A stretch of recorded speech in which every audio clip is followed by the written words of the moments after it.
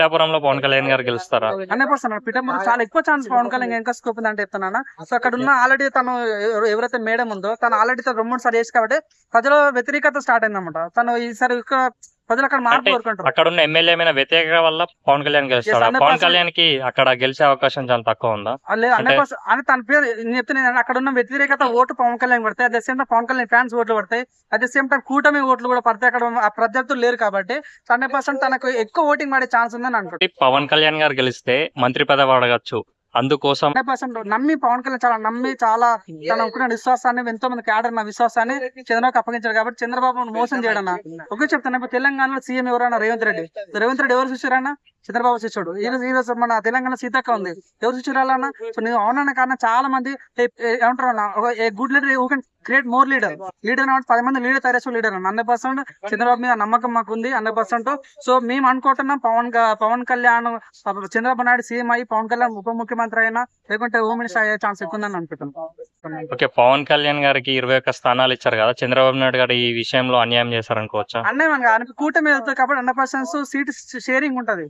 So నిజంగా లేదు మొత్తం నాగాలంటే కూటమి వర్కౌట్ అవ్వదు కదా. సో తను స్టార్టింగ్ లో 24 అన్నాడు, తర్వాత బీజేపీ ఆడంతా 21 అరగంగా మారింది. సో ఎనీవేనా వాళ్ళు ఏదో డమ్మి క్యాండిల్ పెట్టడం కన్నా గెలిచే క్యాండిల్ పెట్టడం న్యాయం కదా. సో ఆ రకం వాళ్ళు ప్లాన్ చేసినట్టు అనిపిస్తుంది. సో నాకు తెలిసి 100% వాళ్ళు కొడతారు అనిపిస్తుంది. యాక్చువల్లీ ఓకే, పవన్ కళ్యాణ్ గారు పొత్తుతో వస్తున్నాడు కదా, అతను ఎందుకు ఇండిపెండెంట్ గా రావట్లేదు? దానిపైన మీ ఒపీనియన్ ఏంటి? చూడండి అన్న, లాస్ట్ టైం ఇండిపెండెంట్ వచ్చాడు, అవునా కదా. సో అప్పుడు మీరు చూసారో కేవలం ఒక్క సీట్ తోనే పరిమితం అయిపోయింది. సో మీరు అంతకుముందు చూసుకోండి, అంతకుముందు కూటమిలో రావడం వల్ల అసలు కూటమి రావడం వల్ల మన చంద్రబాబు నాయుడు సీఎం అయ్యాడు. సో సింగిల్ ఈసారి వెళ్తే నిజంగా ఉరికి చూడండి అన్న, ఇప్పుడు పామును చంపాలంటే చీమలు ఒకటి కావాల్సిందే. సో అవతల వ్యక్తి పాములు అంటాడు. అంతా స్ట్రాంగ్ గా జగన్ అక్కడ ఏపీలో అంటే అతను మంచి చేస్తేనే స్ట్రాంగ్ అయి ఉంటారు, స్ట్రాంగ్ లీడర్ అయి ఉంటాడు.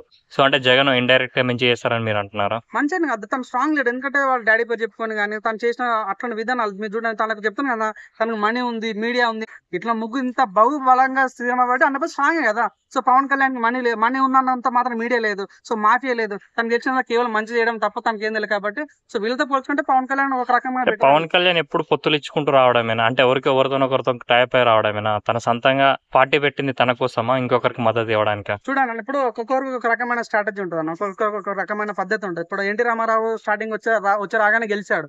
సో పవన్ కళ్యాణ్ కూడా వచ్చి రాగా సినిమా నుంచి వచ్చి రాగానే గెలవాలంటే కుదరదు కదా. సో తనకంటూ ఒక స్ట్రాటజీ ఉంటుంది. తనకు లాస్ట్ టైం అలానే అనుకుని చాలా మంది అనుకుని తన అంటే ఆ పరిస్థితి ఆ పార్టీ చాలా కోల్పోయే పరిస్థితి వచ్చింది.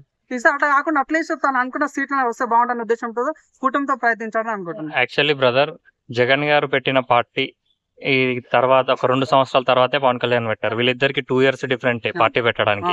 కానీ జగన్ గారు జనాల్లోకి అంత వెళ్ళిపోయాడు. అండ్ ఆల్సో ఆయన సీఎం కూడా అయ్యాడు. కానీ మన పవన్ కళ్యాణ్ ఇండిపెండెంట్ గా నిల్చోడానికి కూడా అంటే డేర్ చేయలేకపోతున్నాడు. అంటే మీరు పవన్ కళ్యాణ్ కి వాళ్ళ డాడీ ఏం రాజకీయ నాయకుడు కాదు, వాళ్ళ డాడీ ఏం ఎక్స్ సీఎం కాదు, వాళ్ళ ఫ్యామిలీ పొలిటికల్ ఎజెండా లేదు. సో వాళ్ళ ఫ్యామిలీ మొత్తం సినిమా ఫీల్డ్ పవన్ కళ్యాణ్ కి. సో పవన్ కళ్యాణ్ కి జగన్ పోల్చుకుంటే జగన్ అనేవాడు ఒక రాజకీయ కుటుంబం నుంచి వచ్చాడు కాబట్టి తనకు అవునన్న కాదన్న ఆ పలుకుబడి ఉంటుంది అన్నమాట. పవన్ కళ్యాణ్ అంటే పలుకుబడి లేదు కదా. తను రాజకీయాలు రాకముందే ఒక ఊర్లో బోర్వెల్ వేయించాడు. అటువంటి బోర్వెల్ మేము ఎప్పుడైనా చూసారన్న జగన్ నుంచి. సో తను పకడ్బందీగా రాజకీయాలు రావాలని వచ్చాడు జగన్. సో మంచి చేయాలని వచ్చిన వ్యక్తి పవన్ కళ్యాణ్. సో పవన్ కళ్యాణ్ కి జగన్ కి పోలిక అంత లేదని నేను అనుకుంటున్నాను. రకరకాల పార్టీలు ఉన్నాయి. సో మంచి చేయాలని ఒక ఆలోచన ఉంటే చాలు.